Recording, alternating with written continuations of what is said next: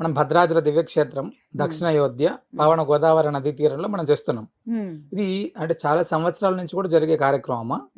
ఈ మహాలయ పక్షాల 15 రోజులు కూడా అంటే పితృదేవతలకు చాలా ప్రీతికరమైనటువంటి రోజులు.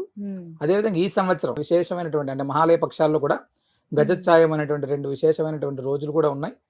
చాలా విశేషంగా మనం భద్రాచల దివ్యక్షేత్రంలోనే గోదావరి నదీ తీరంలో మనం చేసేటువంటి కార్యక్రమం ఇది కూడా.